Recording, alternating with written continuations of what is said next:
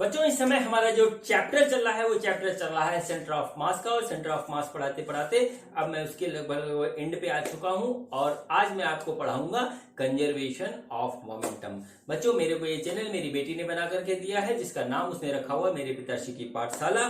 तो इस पाठशाला में मैं इस समय आपको पढ़ा रहा हूँ फिजिक्स। थोड़े समय के बाद कुछ और सब्जेक्ट भी इसमें स्टार्ट करूंगा। तो चलिए बच्चों टॉपिक स्टार्ट करते हैं। तो आज मेरे YouTube चैनल मेरे पिताश्री की पाठशाला पे मेरे पापा आपको पढ़ाएंगे कंजर्वेशन ऑफ मोमेंटम। तो अब मैं पीछे जाती हूँ, मेरे पापा आपको पढ़ाएंगे। तो चलिए बच्चों टॉपिक स्टार्ट करते हैं। और आज का जो टॉपिक है हमारा वो है conservation of linear momentum of a body और ए सिस्टम। ठीक है, तो चलिए लिखते हैं conservation of linear momentum. Conservation of linear momentum.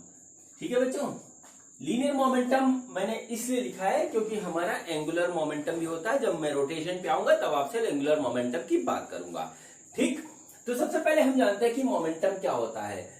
देखिए बच्चों, कोई बॉडी होती है, उसका एक मास होता है और यदि वो बॉडी मूव कर रही है विद ए डेफिनेट वेलोसिटी, तो जो क्या होता है उसका मास और उसके वेलोसिटी का जो प्रोडक्ट होता है वो मोमेंटम कहलाता है। इसका डेफिनेशन अगर लिखे तो कुछ इस तरीके से लिख सकते हैं, the velocity contained by a body or a system with its mass is known as momentum। ठीक है, इसका मतलब क्या हुआ कि सपोज करिए कोई बॉडी है, उसका मास है m और वो v वेलोसिटी से मूव कर रही है, तो उसका मोमेंटम होगा हमारा p equal to m into v। ठीक है, इसको हम इस तरीके से लिख सकते हैं, p equal to M V. ठीक, ये हमारा एक वेक्टर क्वांटिटी होता है और इसका जो डायरेक्शन होता है वो वेलोसिटी के डायरेक्शन में होता है। मतलब जिस डायरेक्शन में वेलोसिटी होगी उसी डायरेक्शन में मोमेंटम होगा।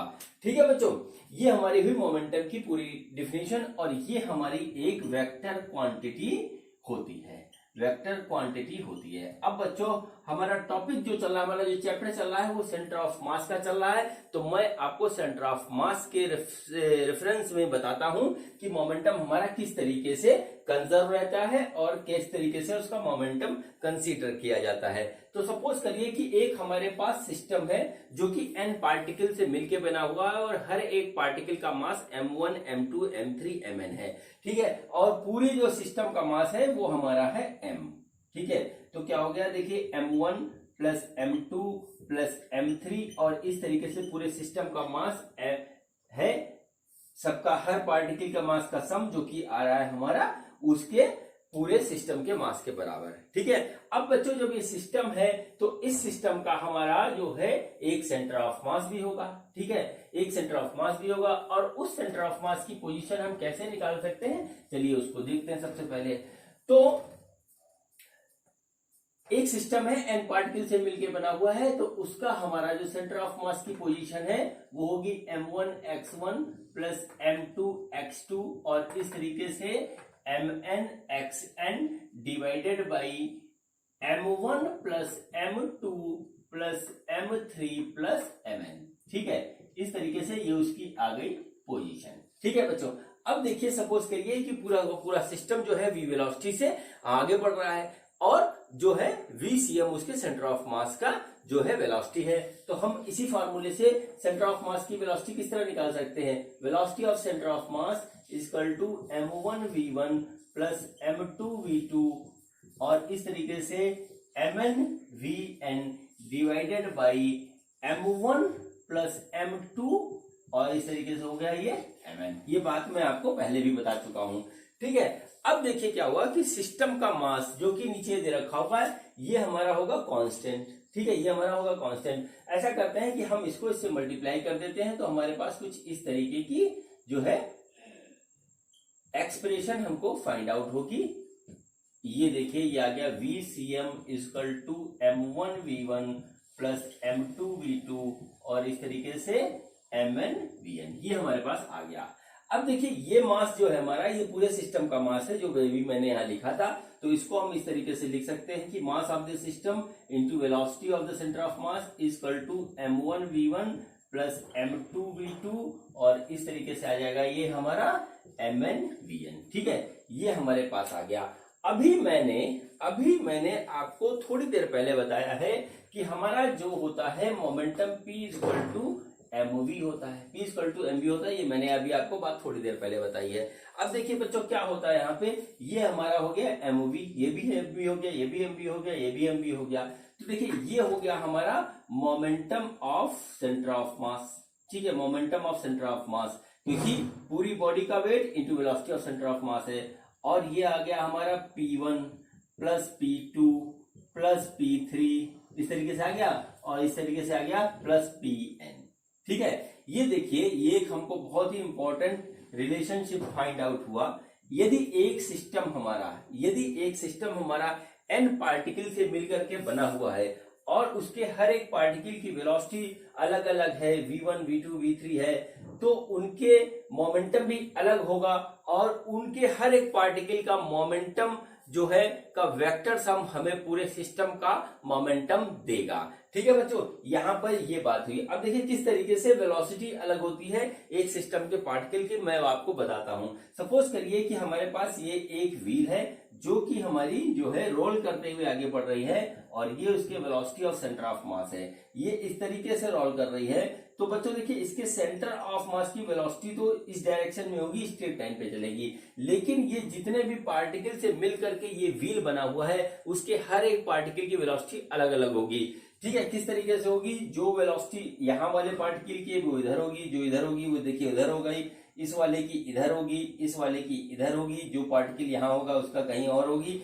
इस तरीके से इसके हर एक पार्टिकल की वेलोसिटी अलग अलग होगी, और इसलिए इसका मोमेंटम भी हर एक पार्टिकल का अलग अलग होगा। लेकिन ओवरऑल जो हमको मिलता है, ओवरऑल मोमेंटम मिलता है, वो हर एक पार्टिकल के मोमेंटम का वेक्टर सम मिलता है। इस बात को हम इस तरीके से समझ सकते हैं। और भी कई सिस्टम बनते हैं जिसका जो है हमारा जो है मोमेंटम अलग अलग होता है, लेकिन पूरे सिस्टम का मोमेंटम उनके वेक्टर सम के बराबर होता है, और वो यहाँ पे इस तरीके से आता है। फिर से एक बार नोट कर लीजिए, अगर कोई सिस्टम हमारा n पार्टिकल से मिलकर के बना हुआ है जिसकी वेलोसिटी v1 v2 v3 अलग अलग है, और हर एक मास है m1 m2 m3 इस तरीके से, तो उसके हर एक पार्टिकल का मोमेंटम अलग अलग होगा, लेकिन ओवरऑल पूरे सिस्टम का जो मोमेंटम होगा वो उसके इंडिविजुअल पार्टिकल के मोमेंटम के वेक्टर सम के बराबर होगा।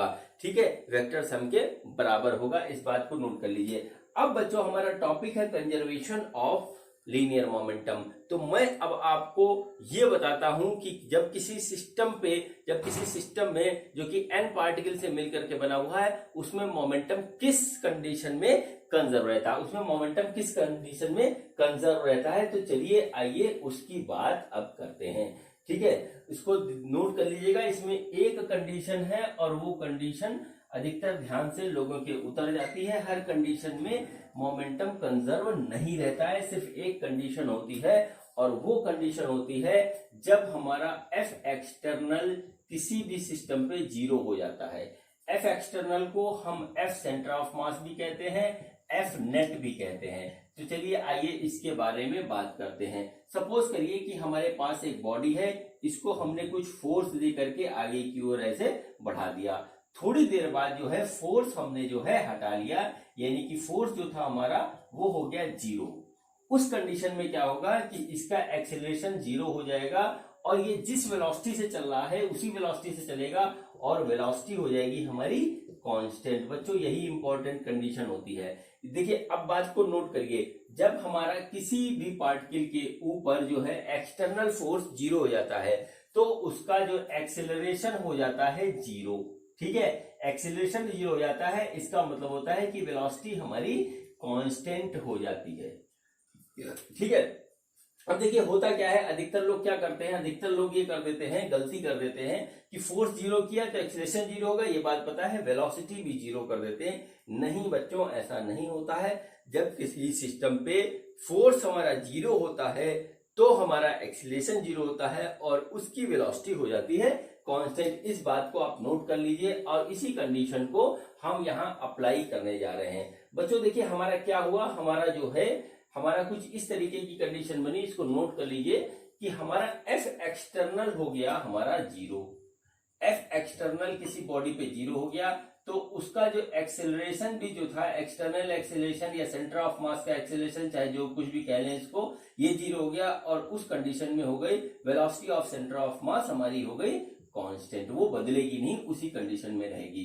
ठीक है, अब देखिए यदि किसी बॉडी पे जो है हम फोर्स 0 कर देते हैं, उसकी वेलोसिटी हो जाती है कांस्टेंट। यानी कि इस सिस्टम पे सपोज करिए कि फोर्स हो गया 0 तो उसकी हो गई वेलोसिटी कांस्टेंट।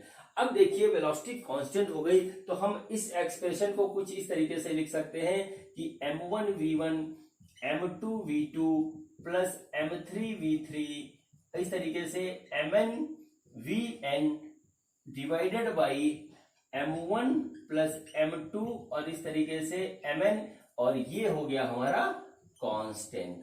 ठीक है, ये हमारा हो गया कांस्टेंट। बच्चों देखिए ध्यान दीजिए, देखिए पूरे सिस्टम की वेलोसिटी कांस्टेंट हो सकती है, लेकिन ऐसा हो सकता है कि उसके इंडिविजुअल पार्टिकल की जो वेलोसिटी है वो अलग अलग हो। ठीक है, क्योंकि हमारा जो फोर्स जो है जो 0 हुआ है वो पूरे सिस्टम पे 0 हुआ है, उसके इंडिविजुअल पार्टिकल्स पे नहीं हुआ। ये बात मैं अपने पिछले वीडियो में भी आपको बता चुका हूं और मैं एक एग्जांपल आपको दे के बता देता हूं कि सपोज करिए कि ये हमारे पास एक कंटेनर है और इस कंटेनर के अंदर भरी हुई है गैस। ठीक है, अब ये कंटेनर कहीं नहीं भाग रहा, लेकिन इसके अंदर जो गैस के पार्टिकल हैं वो रैंडम मोशन में रहते हैं।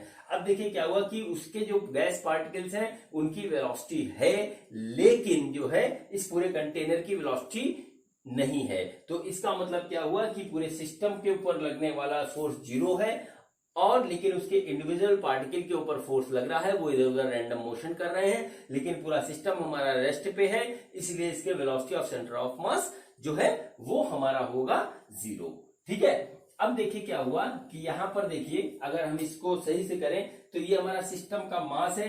सिस्टम के मास क्या होगा, कांस्टेंट होगा, ये भी कांस्टेंट, ये भी कांस्टेंट। इसको हम उठा करके मल्टीप्लाई कर देते हैं तो हमारे पास आता है m1v1 plus m2v2 plus m3v3 और इस तरीके से आ जाएगा हमारा mnvn। ठीक है, mnvn और ये हमारा आ जाएगा कांस्टेंट।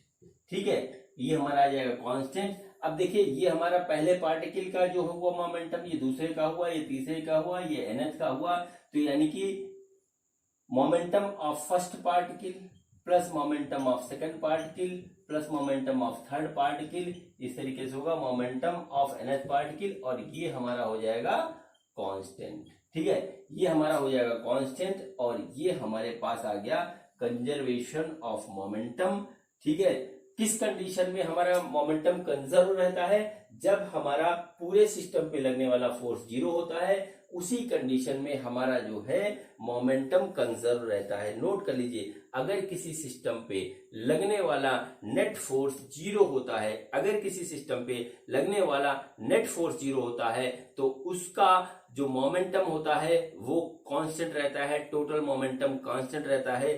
तब तक कांस्टेंट रहता है जब तक फोर्स हमारा 0 है। ठीक है, तब तक कांस्टेंट रहता है जब तक फोर्स हमारा 0 है। अभी फोर्स 0 हुआ, मोमेंटम कंजर्व, थोड़ी देर जितनी देर तक चलेगा तब तक हमारा मोमेंटम कंजर्व रहेगा। यानी कि जब तक फोर्स 0 रहता है, नोट कर लीजिए, फोर्स एक्सटर्नल जब तक 0 रहता है तब तक मोमेंटम कंजर्व रहता है। ठीक है, मोमेंटम हमारा कंजर्व रहता है और बच्चों यही है हमारा कंजर्वेशन ऑफ लीनियर मोमेंटम, यही कंसेप्ट है हमारा कंजर्वेशन ऑफ लीनियर मोमेंटम। ठीक है बच्चों, यही हमारा कंसेप्ट है कंजर्वेशन ऑफ लीनियर मोमेंटम का। इस बात को आप कर लीजिए नोट। तो एक ही कंडीशन है हमारी, वो ये कंडीशन है कि अगर किसी सिस्टम पे लगने वाला नेट फोर्स 0 हो जाता है तो और हमारी बॉडी v वेलोसिटी से आगे भाग रही है या उसकी वेलोसिटी कांस्टेंट है, वेलोसिटी उसकी कांस्टेंट है, तो क्या होता है कि उस पूरे सिस्टम का जितना भी हमारा मोमेंटम होता है वो कंजर्व रहता है। जो इनिशियल मोमेंटम रहता है वही फाइनल मोमेंटम रहता है, मोमेंटम चेंज नहीं होगा। और बच्चों ये बहुत ही इंपॉर्टेंट कंसेप्ट है, इसको ध्यान रखिएगा। आप सवालों को करते समय, न्यूमेरिकल को करते समय इस बात को ध्यान रखिएगा कि अगर किसी सिस्टम पे हमारा एक्सटर्नल फोर्स 0 हो जाता है तो उसका मोमेंटम कंजर्व हो जाएगा। एक्सटर्नल फोर्स 0 होना चाहिए, ठीक है। फोर्स दो तरीके के होते हैं, एक्सटर्नल फोर्स और इंटरनल फोर्स। इंटरनल फोर्स हो सकता है हमारी बॉडी पे हो, ठीक है, एक्सटर्नल फोर्स 0 हो सकता है। इंटरनल फोर्स के कारण बॉडी में पूरे सिस्टम का जो है कोई भी मूवमेंट नहीं होता है, एक्सटर्नल फोर्स के कारण ही मूवमेंट होता है। इस बात को नोट कर लीजिए, ठीक है। चलिए आपको मैं यही बात जो है न्यूटन्स लॉ से समझाता हूं, न्यूटन सेकंड लॉ से। Rate of change in momentum is equal to applied force, ठीक है, इक्वल टू अप्लाइड फोर्स। मतलब क्या हुआ कि कोई बॉडी के ऊपर हमने फोर्स लगाई तो उसका मोमेंटम चेंज हो रहा है, तो उसके मोमेंटम का चेंज होने का जो रेट है वो फोर्स अप्लाइड के बराबर होता है। इसका मतलब क्या हुआ, किसी बॉडी के ऊपर हम F फोर्स लगा रहे हैं तो उसका जो मोमेंटम होगा मोमेंटम चेंज होगा वो dp होगा, और rate of change of momentum होगा हमारा dp बाई dt। अब हमारे पास जो कंडीशन आ रही है वो आ रही है कि हमारा f हो गया 0। इसका मतलब क्या हुआ कि dp बाई dt हमारा हो गया 0। इसका मतलब क्या होगा, अगर हम इसको निकालेंगे तो dp हमारा क्या हो जाएगा, यानी कि dp हमारा हो जाएगा 0, dp हमारा हो जाएगा 0, और इसको डिफरेंशिएट करेंगे तो हमारा p आ जाएगा कांस्टेंट, ठीक है, p हमारा आ जाएगा कांस्टेंट। इसको हम इस तरीके से लिख सकते हैं, यानी कि जब भी हमारा एक्सटर्नल फोर्स 0 होता है तो हमारा मोमेंटम जो है वो कंजर्व हो जाता है। इस चीज को यहां से नोट कर लीजिए, ये चीज यहां से निकल करके आई है, ठीक है। तो एक ही कंडीशन है कि जब हमारा किसी सिस्टम पे लगने वाला फोर्स 0 हो जाता है तो उसका जो मोमेंटम कंजर्व रहता है। बच्चों ये पूरा हमारा एक्सप्रेशन हुआ, ये पूरा कंसेप्ट हो गया हमारा कंजर्वेशन ऑफ मोमेंटम का। अब बच्चों हम करते हैं इसके सवाल, और सबसे पहले मैं सबसे हलवा सवाल लेके आ रहा हूं जो कि आप लोगों ने किया भी होगा और सब लोग करवाते भी हैं, और बोर्ड के एग्जाम में भी आता है, आपके टेस्ट में भी आता है, ठीक है। वो हमारा होता है गन एंड बुलेट का क्वेश्चन। गन एंड बुलेट का क्वेश्चन होता है हमारे पास, उसको देखिए, ठीक है। गन एंड बुलेट, बहुत इसके क्वेश्चन लोगों ने किए भी हैं, आपको आते भी होंगे, लेकिन प्रॉपर कंसेप्ट के साथ चलिए। देखिए बच्चों हमारे पास क्या है, हमारे पास इस तरीके से एक हमारे पास गन है, ठीक है, ये हमारे पास इस तरीके से गन है, ठीक। अब क्या हुआ कि ये इनिशियली रेस्ट पे है, गन तो कहीं जाती नहीं है, ठीक है। तो क्या हुआ, ये इनिशियली रेस्ट पे है, इनिशियली रेस्ट पे है हमारा ये गन, और क्या हो रहा है कि हमने इसमें से गोली को फायर किया, बुलेट को फायर किया। तो देखिए क्या हुआ कि इसको अगर हम, जैसे गोली हमारी ये सपोज करिए इस तरीके से निकल रही है, अब इसको हम एक पूरा सिस्टम मान लेते हैं, ठीक है, सिस्टम हम इस तरीके से मान लेते हैं, ठीक, सिस्टम मान लेते हैं। तो सिस्टम मानने पे क्या होता है कि इसके ऊपर कहीं से भी एक्सटर्नल फोर्स हमारी जो है नहीं लग रही है, सिस्टम का पे लगने वाला एक्सटर्नल फोर्स 0 है। हमको जो गोली ये आगे भाग रही है ये इसके इंटरनल फोर्स की वजह से भाग रही है। जब हमने फायर किया तो स्प्रिंग में जो फोर्स स्टोर थी उस फोर्स से जो है ये आगे गई, वो इंटरनल फोर्स है, और इंटरनल फोर्स की वजह से हमारा मोमेंटम चेंज नहीं होता, ठीक है बच्चों। तो हमने इसको फायर किया। अब देखिए हमको निकालना क्या है, हमको निकालना है कि मास ऑफ बुलेट हमको दे रखा है m, और वो v वेलोसिटी से आगे भागता है, ठीक है, और मास ऑफ गन है हमारा m। तो हमें ये बताना है कि जब हम किसी गोली को फायर करते हैं, किसी गन को फायर करते हैं, तो क्या होता है कि वेलोसिटी जो होती है v होती है इसकी बुलेट की, और जो गन होता है वो पीछे की ओर भागता है, तभी हमारा मोमेंटम कंजर्व रहेगा, ठीक है। गोली आगे जाएगी और वो पीछे आएगा, गन पीछे आएगा। तो what is the velocity of gun, इसको हम बोलते हैं रिकॉइल वेलोसिटी ऑफ गन, ठीक है। ये हमें निकालना है बच्चों, बहुत ही इजी क्वेश्चन है। अब देखिए इसके ऊपर एक्सटर्नल फोर्स 0 है, इंटरनल फोर्स की वजह से हमारा जो है गोली आगे भाग रही है, तो क्या होगा P initial equal to P final. क्या हुआ, मतलब जो इनिशियल हमारा मोमेंटम था वही फाइनल मोमेंटम होगा। तो देखिए इनिशियली हमारी गन और बुलेट दोनों रेस्ट पे थी, यानी कि इनिशियल हमारा मोमेंटम है 0, तो हमने इसको 0 रख दिया बराबर। ठीक है, बराबर। अब देखिए क्या हुआ यहाँ पर के फाइनल मोमेंटम हमारा क्या हुआ। तो देखिए इसका मास m है बुलेट का और वेलोसिटी है v, तो हमने इस तरीके से यहाँ पे लिख लिया, इसको वेलोसिटी v हो गई। अब देखिए क्या हुआ, इस डायरेक्शन को हम पॉजिटिव ले लेते हैं, ये आगे क्यों जा रही है, और ये वाला डायरेक्शन हम लेते हैं निगेटिव। ठीक है, ये वाला डायरेक्शन हम निगेटिव लेते हैं। अब देखिए क्या हुआ कि हमको इसके साथ जोड़ना होगा मोमेंटम ऑफ गन। ठीक है, तो मास ऑफ गन हमारा क्या है, कैपिटल M, और इसकी वेलोसिटी हम मान लेते हैं u, और ये गन पीछे भागेगा तो ये निगेटिव डायरेक्शन हो गया, तो आ गया mv बराबर प्लस यानी mv plus m into minus v। अगर इसको हम सॉल्व करेंगे तो आ जाएगा mu इक्वल टू mv, यानी कि वेलोसिटी ऑफ गन आ जाएगी हमारी m divided by m into v। बच्चों ये होगी हमारी velocity of gun in the back direction जब हमने गोली को फायर किया। ये बच्चों बहुत ही हलवा क्वेश्चन होता है और हर एक बुक में है। मैंने आपको जो है उस तरीके से करवा दिया। अब हम कहें इसका मास 50 ग्राम है, गन हमारी 200 किलो की है या कुछ भी है, कभी कभी कैनन में आ जाता है तो फायर कर देते हैं। कंसेप्ट हमारा इसी तरीके से रहेगा। अब बच्चों अगला क्वेश्चन जो मैं करवाने जा रहा हूं वो मैं आपको करवाने जा रहा हूं रेडियो एक्टिव एलिमेंट का।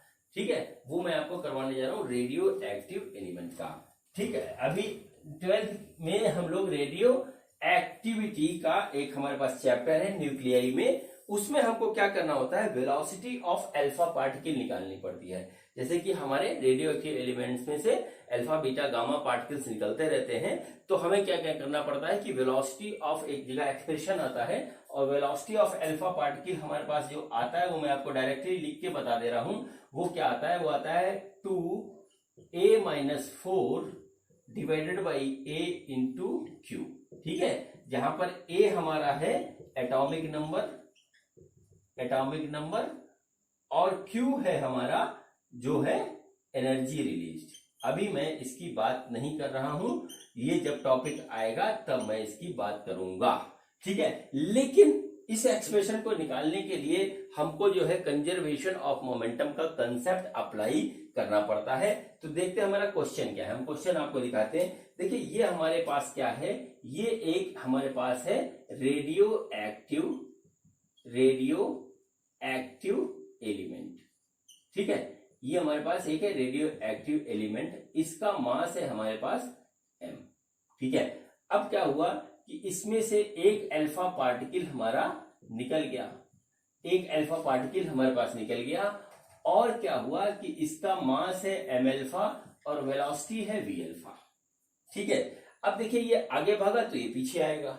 ठीक, ये आगे भागा तो ये पीछे आएगा। तो हमसे ये पूछा गया है कि व्हाट इज, ठीक है, what is the velocity of remaining part of radioactive element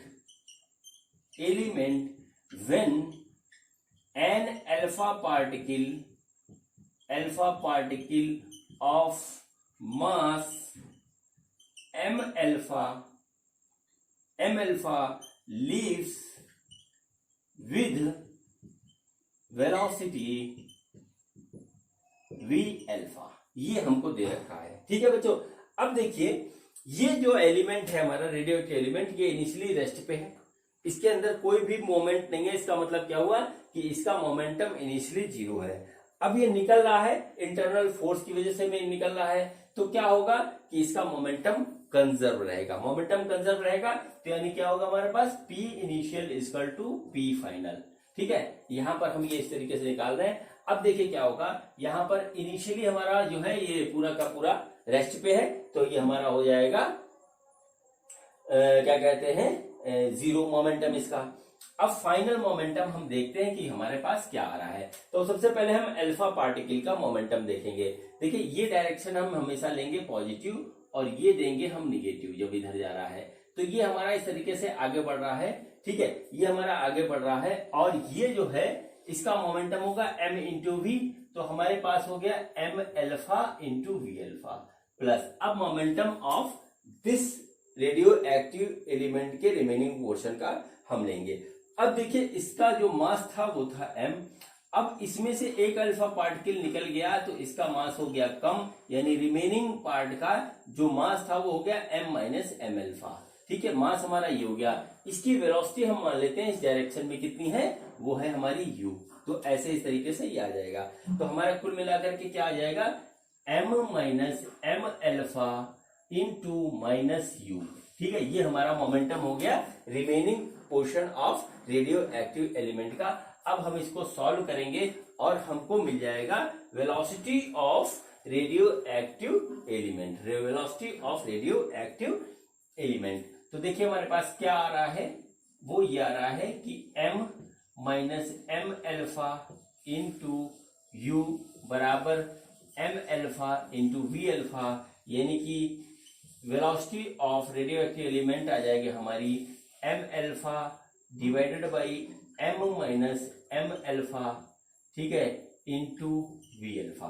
ये हमारा इस तरीके से आ गया velocity of remaining portion of radioactive element when an alpha particles leave the radio active element. ये बच्चों बहुत इजी क्वेश्चन है, इसको ध्यान रखिएगा। जब आप 12th में पहुंचेंगे तो जो है वेलोसिटी ऑफ अल्फा पार्टिकल निकालने का जो एक्सप्रेशन होता है उसमें ये काम आएगा, और ये क्वेश्चन कई बार नीट में भी आ चुका है और आईआईटी में भी आ चुका है। आप ध्यान रखिएगा, वहां पे मैं आपको करवाऊंगा, ठीक है बच्चों। अब चलिए करते हैं अगला क्वेश्चन। चलिए अब एक और क्वेश्चन करते हैं। और अभी तक जो मैंने क्वेश्चन किए थे दो, उसमें क्या था कि इनिशियली हमारा सिस्टम रेस्ट पे था। अब जो सिस्टम है वो रेस्ट पे नहीं है, उसके अंदर कुछ वेलोसिटी है और वो कांस्टेंट वेलोसिटी है, ठीक है बच्चों। देखिए क्वेश्चन क्या है, क्वेश्चन ये कि ये एक हमारे पास कार है इस तरीके से, ठीक है, ये हमारे पास एक कार है और इसकी वेलोसिटी हमारे पास कितनी है, हमको दे रखी है v, और इसका मास हमारा है कैपिटल M, और ये इस डायरेक्शन में जा रही है, ठीक है, कांस्टेंट वेलोसिटी से आगे की ओर जा रही है, ठीक है। अब क्या हुआ कि ऊपर से इसके ऊपर एक जो है, यहां पर एक जो है पैराशूट से कोई आदमी आकर के इस पे ड्रॉप होता है, ठीक है। ये देखिए क्या हुआ कि ये हमारा एक जो है शख्स है जो कि पैराशूट से ऊपर से आ रहा है और वो इत्तेफाक से इस कार के ऊपर गिरता है बिल्कुल जेंटली जीरो वेलोसिटी के साथ, ठीक है। जब वो यहाँ पे गिरता है तो इसकी वेलोसिटी जीरो जाती है, यानी कि इस तरीके से आता है, और इसका मास है हमारा स्मॉल m, ठीक है, इसका मास है हमारा स्मॉल m। तो हमसे ये बात पूछी गई है कि जब ये आदमी पैराशूट से इस कार के ऊपर आके ड्रॉप करता है तो फाइनल वेलोसिटी ऑफ सिस्टम क्या हो जाएगा, फाइनल वेलोसिटी ऑफ सिस्टम हमारा क्या हो जाएगा, ठीक है बच्चों, ये हमको बताना है। अब देखिए इस क्वेश्चन को किस तरीके से करेंगे। देखिए यहाँ पर कोई भी एक्सटर्नल फोर्स हमारा नहीं है।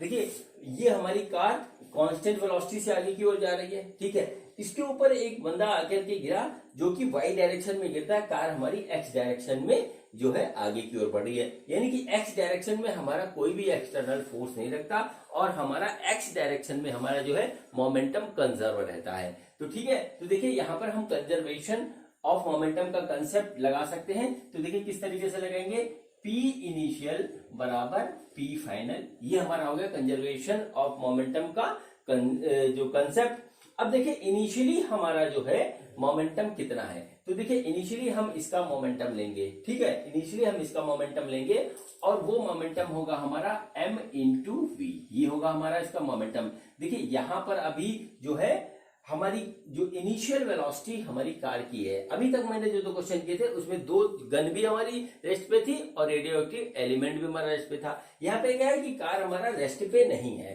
ठीक है, कार हमारा रेस्ट पे नहीं है, इसके अंदर एक इनिशियल मोमेंटम है, तो हम इसको यहाँ पे लिख देंगे m इंटू वी बराबर फाइनल मोमेंटम।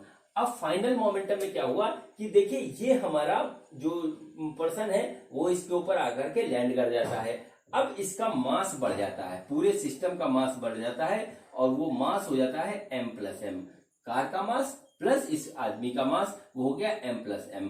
अब हम ये सपोज करते हैं कि ये u वेलोसिटी से सिस्टम आगे बढ़ने लगता है, ठीक है, क्योंकि देखिए मास बढ़ गया, वेलोसिटी अपने आप कम हो जाएगी, ठीक है, उतने ही फोर्स पे जो कि हमारा 0 था और कांस्टेंट वेलोसिटी से जा रहा था तो उसकी वेलोसिटी कम हो जाएगी।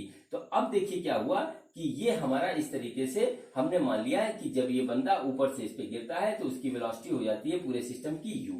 तो अब हमारा ये आ जाएगा m plus m into u, ठीक है। अभी तक हम कर रहे थे उसमें इनिशियल मोमेंटम हमारा 0 था, तो देखिए बहुत इजी है, तो u हो जाएगा हमारा m अपान m plus m into v। इस तरीके से ये हमारा एक्सप्रेशन आ जाएगा, ठीक है, ये हमारा एक्सप्रेशन आ जाएगा और ये हमारा होगा velocity, final velocity of car जब ये आदमी यहाँ के ऊपर आकर के गिर जाता है, ठीक है बच्चों। अब देखिए ये तो बहुत ही हलवा और सरल क्वेश्चन थे, अब क्वेश्चन को मैं थोड़ा सा बनाता हूं बढ़िया, ठीक है। अब देखिए उसमें क्या होता है, क्वेश्चन में ये है, आपने पिछले वीडियो में भी वो क्वेश्चन देख रखे हैं वेलोसिटी और सेंटर ऑफ मास में। उसमें क्या है कि ये देखिए एक हमारे पास प्लैंक है, ठीक है, प्लैंक है, ये एक फ्रिक्शनलेस सरफेस के ऊपर रखा हुआ है, इसका मास है हमारा m, इसके ऊपर एक आदमी जो है चलता है, ठीक है, वो क्या चलता है कि आगे की ओर इस तरीके से चलता रहता है और ये पीछे की ओर आता जाता है, जैसे ही आगे चलता है ये पीछे आता है। इनिशियली इसका जो है सिस्टम पूरा रेस्ट में है, इसके ऊपर कोई एक्सटर्नल फोर्स नहीं लग रहा है, ठीक है। एक पहला क्वेश्चन तो इस नेचर का होता है। दूसरा क्वेश्चन होता है, देख लीजिए वैरायटी ऑफ क्वेश्चन है इसमें, और यहीं पे आता है कंफ्यूजन कि हमारा मास m का एक प्लैंक है, इसके ऊपर एक हमारा शख्स खड़ा है और वो आगे जा रहा है vr वेलोसिटी से, ठीक है। यहां पर जो वेलोसिटी vr है मैन की, वो है विद रिस्पेक्ट टू प्लैंक, ठीक है, विद रिस्पेक्ट टू प्लैंक। ये पहला चेंज आता है इंटरेक्ट क्वेश्चन में। एक तीसरा क्वेश्चन इसी में आता है जिसमें हमारा प्लैंक जो है वो होता है किसी वेलोसिटी पे, सपोज करिए v वेलोसिटी पे हमारा प्लैंक जा रहा है इस तरीके से और इसके ऊपर एक शख्स इस तरीके से खड़ा हुआ है, ठीक है, एक शख्स इस तरीके से खड़ा हुआ है और वो हमारा जो है v वेलोसिटी से आगे भागता है, लेकिन ये भी v हो गया, ये भी v हो गया, तो इसको हम v ले लेते हैं, इसको v1 ले लेते हैं। तो चलिए क्या हुआ, v1 वेलोसिटी से आगे की ओर इस प्लैंक के ऊपर भागता है, लेकिन इसकी जो वेलोसिटी v1 है वो है वेलोसिटी v1 है विद रिस्पेक्ट टू फाइनल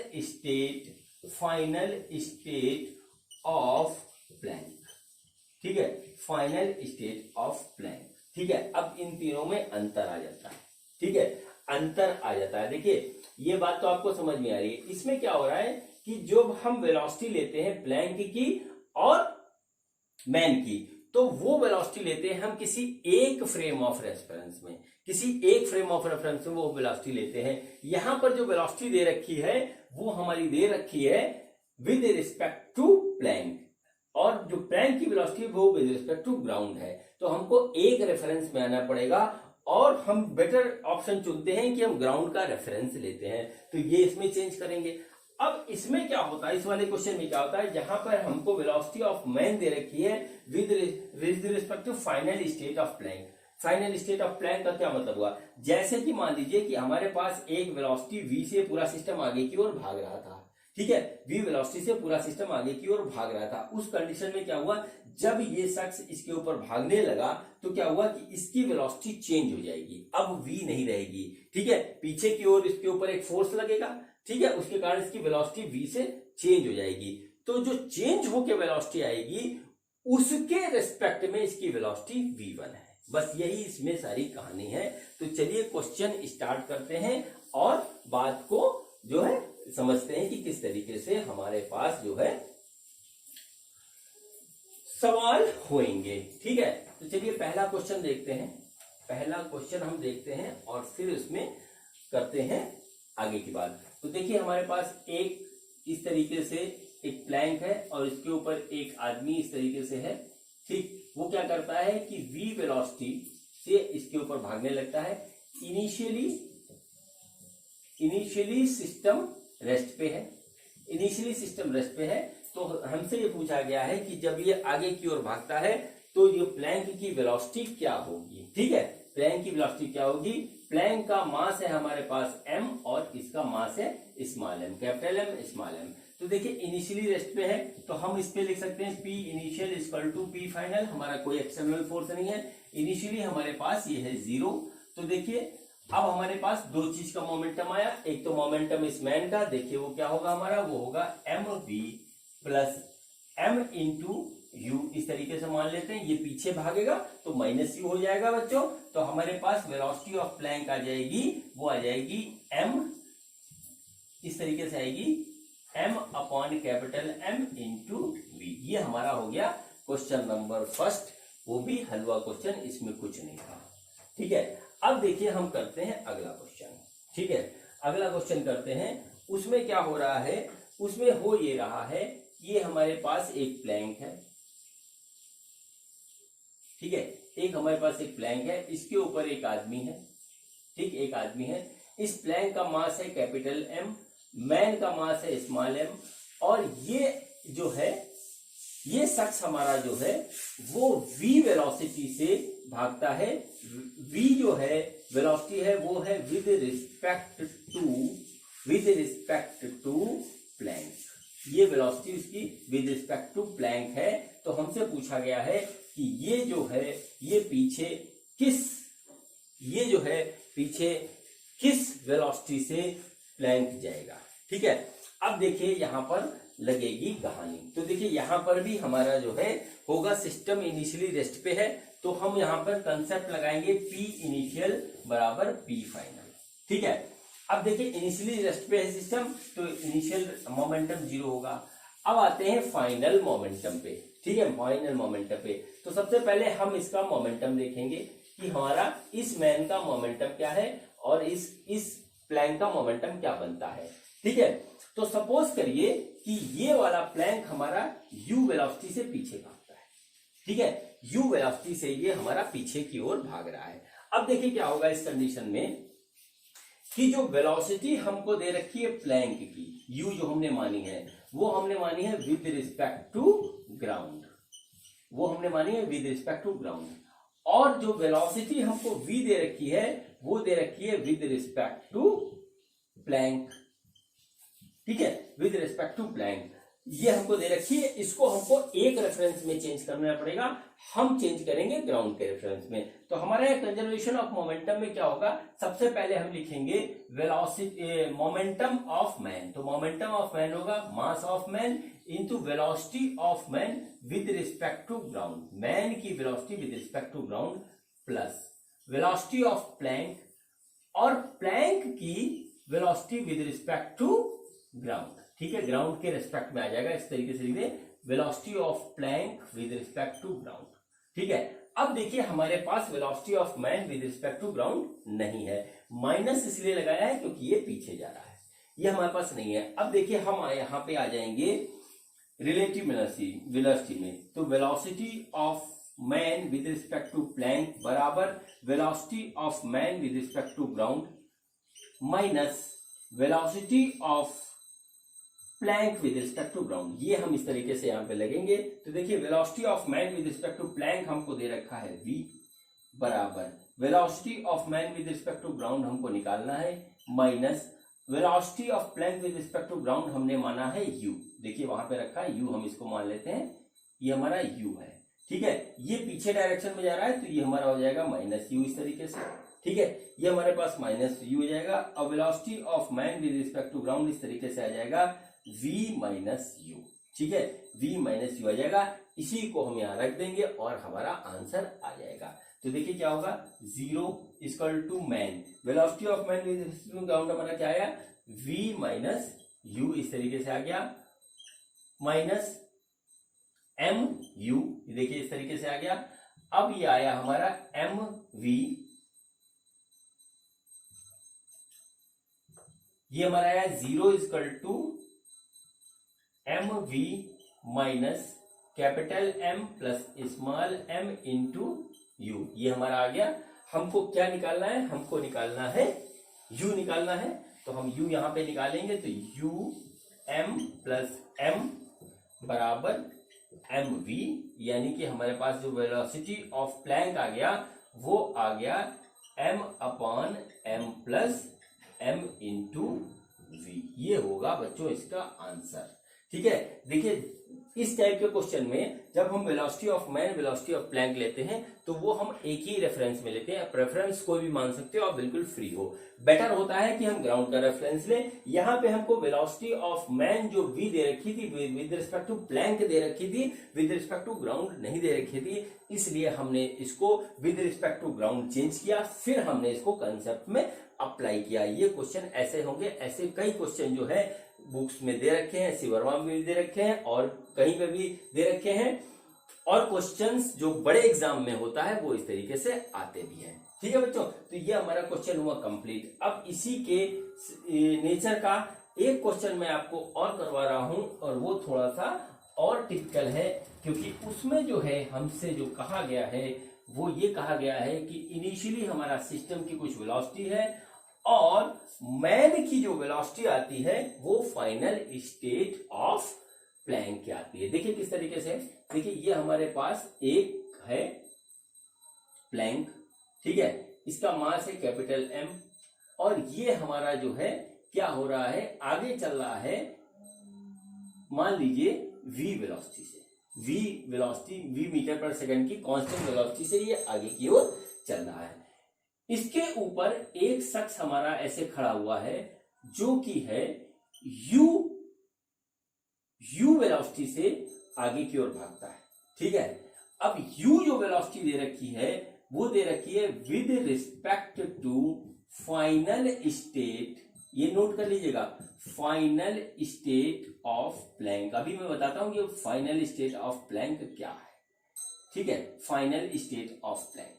ठीक, अब देखिए यहां पर बहुत ध्यान दे करके बात समझनी पड़ेगी। देखिए अभी तक मैंने आपको जो दो क्वेश्चन करवाए उसमें ये प्लैंक रेस्ट पे था, अब ये रेस्ट पे नहीं है। रेस्ट पे ना होने के कारण क्या है कि इसकी जो वेलोसिटी है वो कुछ है।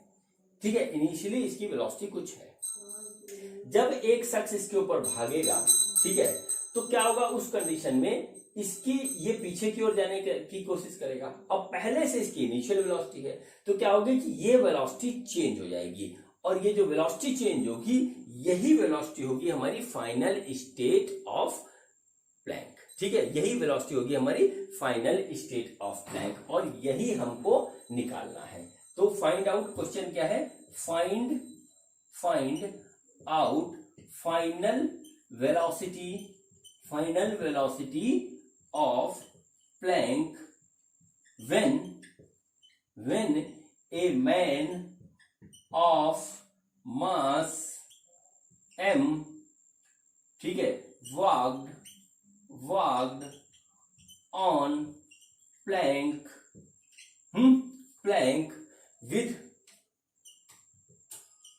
with velocity u with respect to final state of Planck.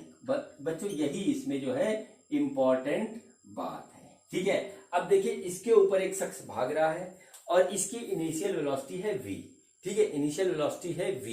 अब जब भागेगा तो इसकी वेलोसिटी चेंज हो जाएगी और वही होगी हमारी final state of plank, final velocity of plank. ठीक है, तो देखिए अब हम यहाँ पे एक चीज मानते हैं कि सपोज करिए इसकी वेलोसिटी चेंज होकर के हो जाती है v1, किसी भी डायरेक्शन में मान लीजिए, उससे कोई मतलब नहीं है। ठीक है, किसी भी डायरेक्शन में हम मान लेते हैं इस डायरेक्शन में जा रहा था तो इसकी वेलोसिटी इसी डायरेक्शन में हमारी हो गई v1। ठीक है, फाइनल वेलोसिटी हमारी हो गई v1। अब देखिए हम क्या करेंगे, हमारा जो है इसमें कोई भी एक्सटर्नल फोर्स नहीं लग रहा है, इसका मतलब क्या होगा, मोमेंटम हमारा कंजर्व रहेगा। ठीक है, मोमेंटम हमारा रहेगा कंजर्व। ठीक है, मतलब क्या होगा, P इनिशियल बराबर P फाइनल, ये हमारे पास आ जाएगा। अब इनिशियली हमारे पास कितना मोमेंटम था ये हमको देखना पड़ेगा, और क्या था ये, तो देखिए इनिशियली ये पूरा सिस्टम भाग रहा है v वेलोसिटी से, तो इनिशियल मोमेंटम क्या होगा, इसका पूरा मास होगा सिस्टम का जो कि वो है, और ये आएगा v।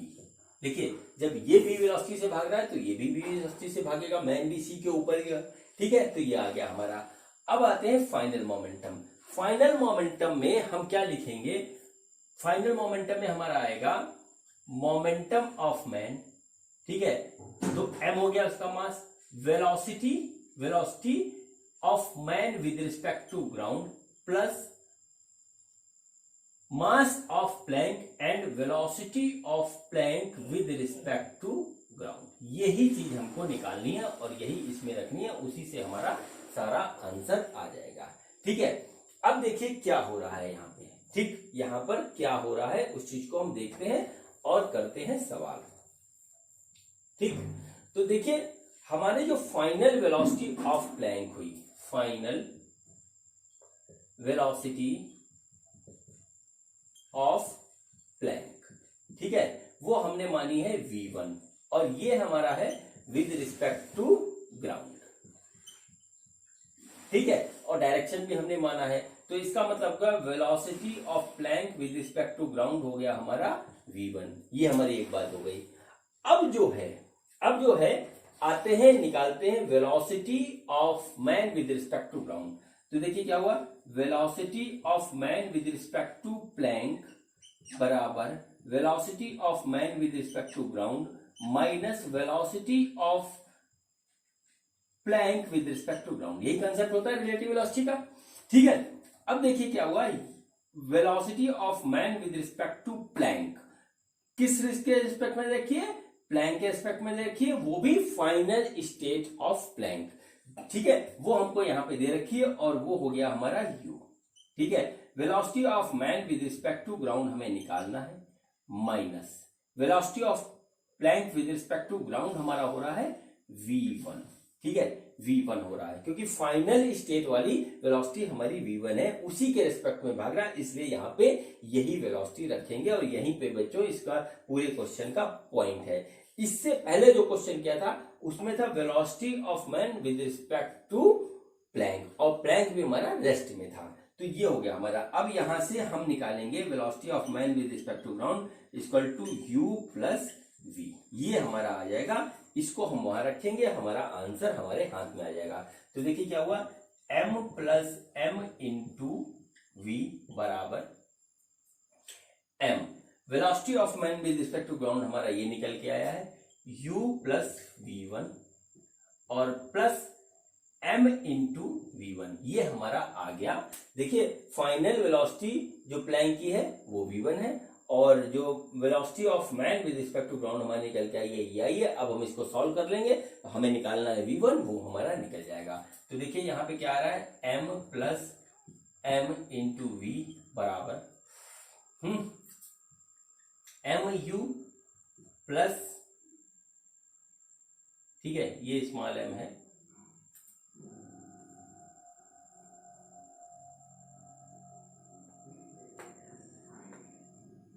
m velocity of man with respect to ground हमारी हो रही है u प्लस v और इसको जब हम सॉल्व करेंगे तो mu plus m into v1 ये आ जाएगा इस तरीके से, m plus m into v1 और हमको निकालना है v1, तो ये आ जाएगा m plus m into v1 is equal to m plus m into v minus mu और v1 की जो वैल्यू आ रही है m plus m into v minus mu divided by m plus m, और यही होगा इसका आंसर।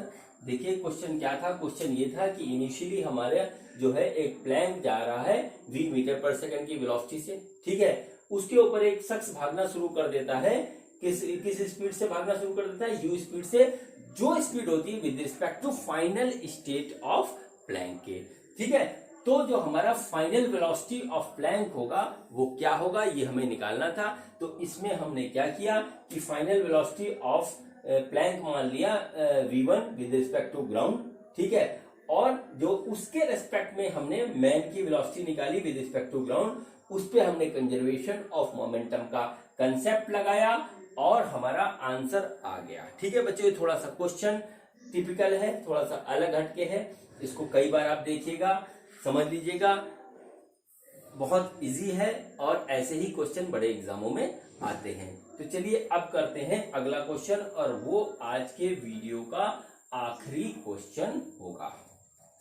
बच्चों अब अगला क्वेश्चन करने जा रहे हैं और ये आज के वीडियो का आखिरी क्वेश्चन है। तो देखिए क्वेश्चन क्या है। देखिए एक इस तरीके से हमारे पास एक जो है सॉलिड वेज है। ठीक, देखिए ये हमारे पास इस तरीके से सॉलिड वेज है। ठीक, और इसका रेडियस है हमारे पास r, ये यहां से रेडियस है r। यहां पर एक स्मॉल r रेडियस का जो है बॉल है, और वो जो है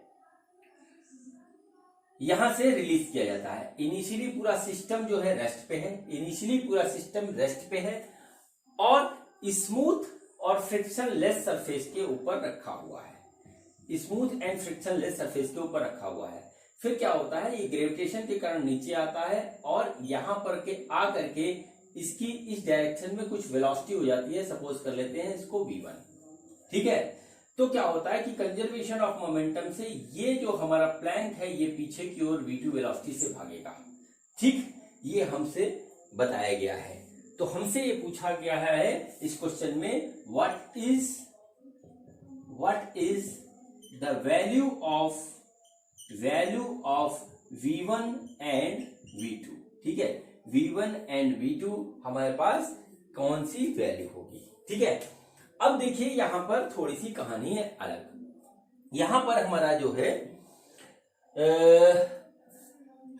है एक्सटर्नल फोर्स जीरो नहीं है। एक्सटर्नल फोर्स यहां पे जीरो नहीं है, और v1 वेलोसिटी जो इस छोटे वाले बॉल की होती है वो यहीं पर होती है। और जब ये पॉइंट सपोज करिए इसको a b मान लेते हैं, इसको a मान लेते हैं, इसको c मान लेते हैं, और ये ऐसे करके ऐसे जाता है। तो जब इस पॉइंट पे होता है उस टाइम पे जो इसकी वेलोसिटी है वो पूछी है, और उसी टाइम पे इसकी वेलोसिटी v2 होती है वो पूछी है। बच्चों देखिए यहां पर हमको चीज सोचनी पड़ेगी।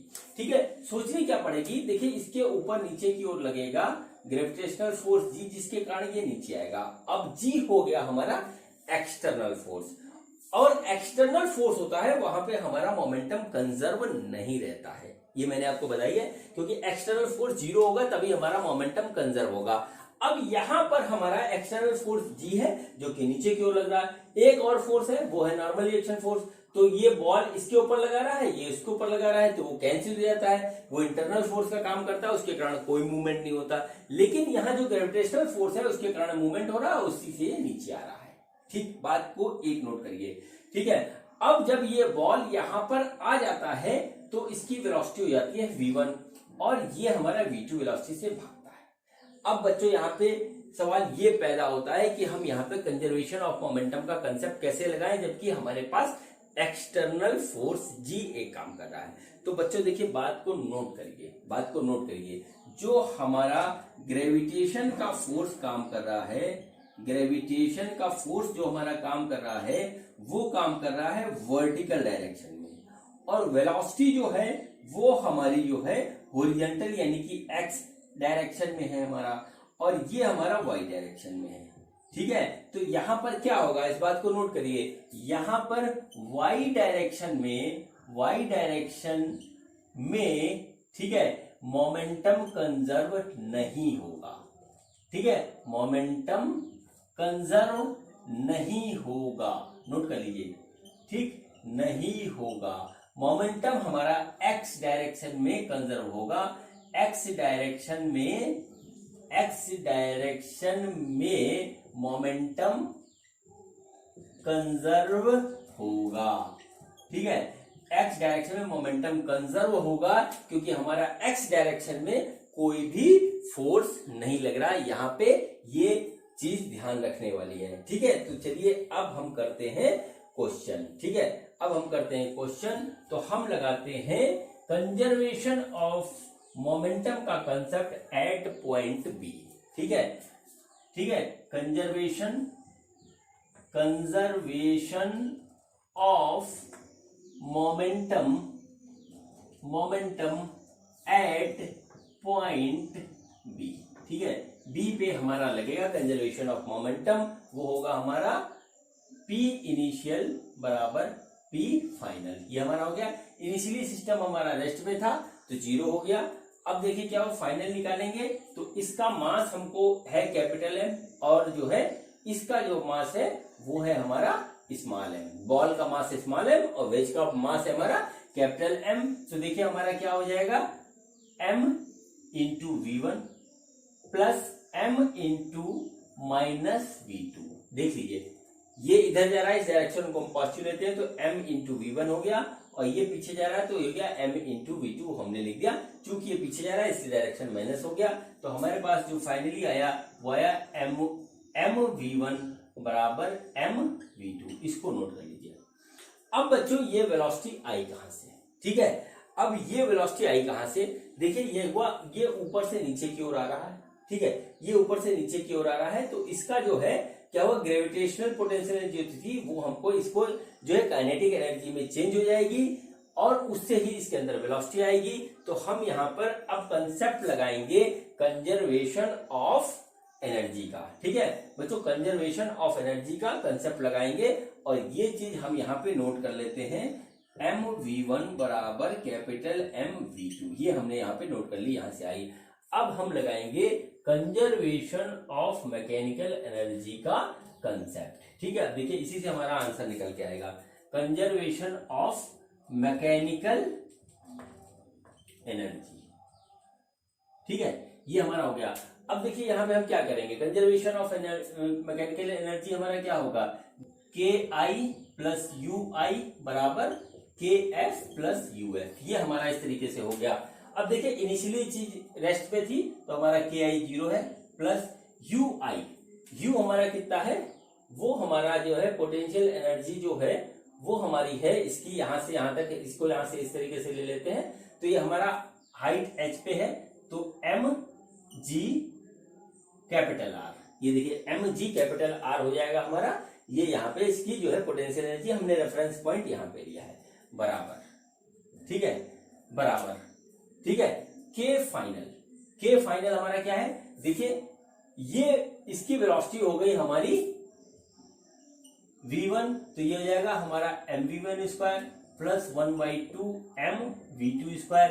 अब आते हैं u फाइनल, तो देखिए ये यहां से यहां तक आया, हमने रेफरेंस पॉइंट यहां पे लिया है, इसका सेंटर ऑफ मास यहां पे है, यहां से r हाइट पे, तो इसका जो फाइनल जो होगा हमारा पोटेंशियल एनर्जी वो होगा mg स्मॉल r, ये होगा बच्चों हमारा जो है expression for conservation of energy. देखिए इनिशियली इसका जो है हमारा पोटेंशियल एनर्जी इतना था, काइनेटिक एनर्जी बॉल का इतना था, वेज का हमारा इतना हो गया, और चूंकि इसका आर हमको दे रखा है रेडियस, पॉइंट मास नहीं है, एक इसका अपना एग्जिस्टेंस है, तो क्या हुआ कि ये जब नीचे आएगा तो इसका जो सेंटर ऑफ मास ऊपर रहेगा, तो हमारा जो यहाँ पर जो पोटेंशियल एनर्जी रहेगा वो mgr रहेगा, पॉजिटिव रहेगा। अब देखिए हम इसको सॉल्व करेंगे तो हमारे पास कुछ इस तरीका का एक्सप्रेशन आएगा, mgr माइनस r बराबर 1/2 mv1 square plus 1/2 capital mv2 square, ये इस तरीके से आ गया, ठीक है। हम इससे और इससे सॉल्व करेंगे v1 v2 की वैल्यू, तो हम यहाँ पे सबसे क्या कहते हैं, पहले v2 निकालते हैं, तो आ जाएगा m by capital m into v1, ठीक है, ये वैल्यू हम यहाँ रखते हैं, देखते हैं क्या आता है।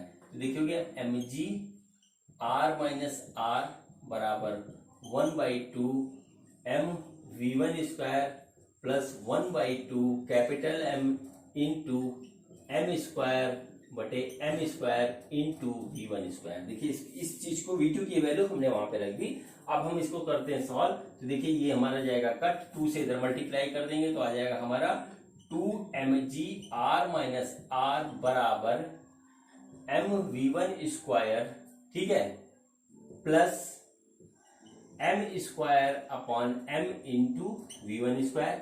ये देखिए इस तरीके से आ रहा है, इसको फर्दर सॉल्व करते हैं तो हमारे पास आ जाएगा m capital M plus m square divided by m into v1 square, ये हमारा इस तरीके से निकल के आया 2mgr माइनस r, ठीक है।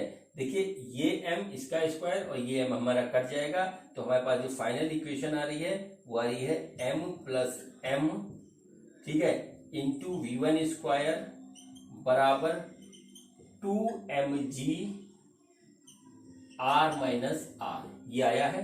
ठीक है, अब देखिए क्या हो जाएगा, v1 जो आ जाएगा यहां से वो आ जाएगा 2mg r minus R divided by m plus m। ये आ गया हमारे पास वेलोसिटी ऑफ दिस बॉल। ठीक है, ये देखिए हमारे पास आ गया वेलोसिटी ऑफ दिस बॉल। अब देखिए हमको क्या करना होगा, हमको निकालना होगा वेलोसिटी ऑफ वेज। ठीक है, वेलोसिटी ऑफ वेज निकालेंगे तो वेज की वेलोसिटी हमने v2 मानी है, v1 हमको मिल चुका है तो हम इसको यहाँ रख देंगे।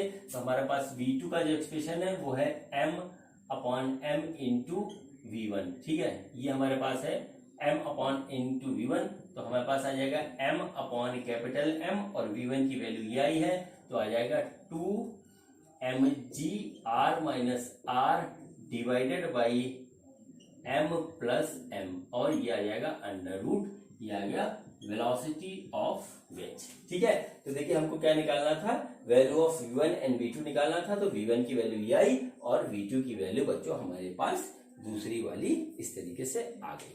ठीक है बच्चों, तो ये जो था आज मेरा वीडियो था कंजर्वेशन ऑफ मोमेंटम के कंसेप्ट पे। इसमें मैंने आपको पूरी थ्योरी बताई, ठीक है, और डिफरेंट तरीके के अच्छे अच्छे सवाल करवाए हैं बच्चों। ठीक है, आज का मेरा ये वीडियो यहीं पे खत्म होता है।